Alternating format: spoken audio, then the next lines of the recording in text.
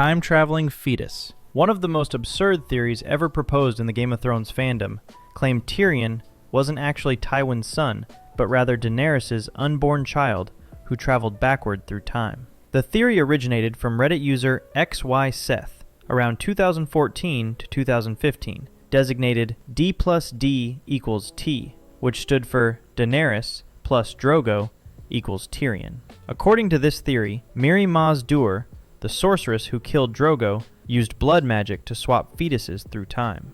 Proponents argued that Mirri used Drogo's soul as a conduit to send baby Rhaego into the past, placing him with Drogo's essence into Joanna Lannister's womb. The theory based itself on Mirri's cryptic prophecy stating, "When the sun rises in the west and sets in the east, then he will return, and not before." This theory represents the fandom's most extreme conspiratorial thinking, taking every vague prophecy line and connecting unrelated magical systems into an increasingly complex narrative that was never supported by any canon material. The show makes zero references to time travel, and Tyrion never reunites with Dany in a romantic context, completely disproving this wild speculation. Bran, Night King. Entering Season 8, thousands of Game of Thrones fans genuinely believed young Bran Stark would somehow become the Night King through a time-traveling warg mishap, a theory that seemed bulletproof based on the show's own mythology. The theory gained traction after Season 6's reveal of the Night King's origin, with the premise being that Bran wargs into the man the Children of the Forest transform into the Night King. But the warg attempt backfires, trapping Bran in the past permanently. This theory argued it created a time loop, where Bran's own actions caused his fate. Visual parallels supported the theory, as both have green sight powers and connect to the Weirwood network. Believers claimed the Night King's fascination with Bran meant he recognized young Stark from the past. Season 8, Episode 1 confirms the Night King was created thousands of years before Bran, proving he is physically a different person entirely, not Bran in any form. Bran becomes Three-Eyed Raven and eventually elected king, the opposite of the theory. This represents sophisticated fan speculation based on genuine show mechanics, but the fandom constructed a logically sound narrative that felt inevitable until the show revealed an entirely different origin story. Failed saviors. The Game of Thrones fandom was obsessed with identifying Azor Ahai, the legendary savior prophesied to defeat darkness. For years, multiple characters seemed like candidates, but every single interpretation turned out wrong. Melisandre was absolutely certain that Stannis Baratheon was Azor Ahai reborn, claiming prophecy components stated, "When Red Star bleeds and darkness gather." Stannis rules Dragonstone, the place of smoke and salt, and supporters believed he would wake dragons from stone, which he never did. Stannis wields the Lightbringer sword, enchanted by the priestess but not real magic, and Maester Aemon explicitly refutes Stannis as Azor Ahai. The show's outcome sees Stannis die in Season 5, executed by Brienne of Tarth. He never awakens dragons, never defeats any major threat, and never becomes the savior everyone expected. Jon Snow seemed like another obvious candidate after his resurrection, with supporters claiming his rebirth matched the prophecy's requirements. Yet Jon merely distracts Viserion when Arya kills the Night King in Season 8, Episode 3. Even Daenerys seemed to fulfill prophecy components, born on Dragonstone with smoke and fire around her, awakening dragons from stone. Yet the show never confirms her as Azor Ahai, and she becomes the Mad Queen instead. Melisandre's conviction made these compelling, because she had proven magical abilities and had been right before, such as with Jon's resurrection. Yet her interpretations were entirely wrong, demonstrating how even characters with genuine magical insight can misread prophecies so thoroughly. Valonqar Prophecy. For years, book readers held on to the prophecy that Cersei's twin brother Jaime would strangle her to death, a theory so embedded in canon that HBO's show conspicuously removed it. The book prophecy from Maggie the Frog states, "The Valonqar shall wrap his hands about your pale white throat and choke the life from you." Valonqar means little brother in Valyrian, and Jaime is technically Cersei's younger twin, born minutes after her. The theory predicted a dramatic moment where Jaime stops Cersei from burning King's Landing, paralleling his killing of the Mad King, and seemed narratively perfect as a redemption arc for Jaime through a mercy killing of his sister. The show's outcome sees Cersei die when the Red Keep collapses, dying in Jaime's arms but not strangled. The show deliberately excluded the Valonqar prophecy from Maggie's speech in Season 5, signaling intentional subversion. By specifically removing the prophecy wording, the showrunners made a conscious departure from source material and told viewers that prophecy could not be trusted. This theory's failure illustrates how invested fans became in textual details that the show ultimately abandoned entirely. Varys Merman theory. Buried deep in the fandom exists a theory that Varys, one of Game of Thrones' most powerful political players, is actually a sea creature disguised as a human. The theory's origins come from book readers who noticed suspicious details in Arya's Red Keep chapter, including a water dripping sound when Arya follows Varys. Varys' quote to Tyrion states, "The big fish eat the little fish, and I keep on paddling," which the theory interprets as actual swimming capability. Merlings are referenced throughout the books as mythical sea creatures, and Varys' eunuch status was interpreted as cover for non-human anatomy. The theory claims Varys wants to flood the world to expand the Merling Kingdom's territory. The show's outcome sees Varys executed in Season 8, shown as fully human with no supernatural elements ever revealed about him. This theory represents the fandom's most creative speculation, taking metaphors and mysterious details and constructing an elaborate fantasy that's entertaining, partly because it's completely unjustified by any canon text. It demonstrates how dedicated fan communities can construct elaborate theories that sound plausible within the show's established magical systems, yet never materialize in the actual narrative. By the way, if you're enjoying this breakdown of theories that completely missed the mark, I post content like this all the time. Subscribing would really mean a lot. Night King theories. Throughout Season 7 and into Season 8, fans theorized that Jon Snow's destiny was not to defeat the Night King, but to become him through sacrifice or dark magic. The theory builds on a Jon to Night King parallel visual connection, with lore stating the previous Night's King was a Stark. Theory supporters noted the massive buildup of Jon versus Night King confrontation, and it seemed inevitable since Jon has the most encounters with the Night King of any character. The show's outcome sees Arya kill the Night King with a Valyrian steel dagger in Season 8, Episode 3, while Jon merely shouts at Viserion and accomplishes nothing significant. This theory felt incredibly plausible because the show had spent seasons building Jon to Night King tension.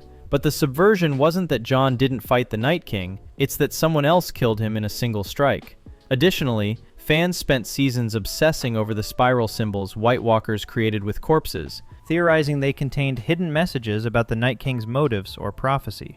Spirals appear throughout the series, in Season 4 at a wildling village, and Season 8 with Ned Umber. Writer Dave Hill revealed the spirals are sacred to the children of the forest, and the Night King adopted them like Satan with an upside-down cross as blasphemous repurposing. The reality is, spirals just mark the Night King's origin site, with no deeper meaning, and the show never develops symbol significance beyond visual callback. This shows how dedicated fans can find patterns that aren't there, with fandom pattern recognition creating meaning where showrunners simply used visual callbacks. Dany Pregnancy. Season 7 featured multiple hints that Daenerys was pregnant with Jon Snow's baby, hints that were suddenly dropped and never mentioned again in Season 8. The Season 7 setup shows Jon and Dany sleep together after learning about R plus L equals J, with foreshadowing including multiple references to Dany's infertility curse from Miri. Jon questions whether the curse is real, and Dany's growing focus on legacy and succession in Season 7 suggested pregnancy would add stakes to the Dany to Jon conflict.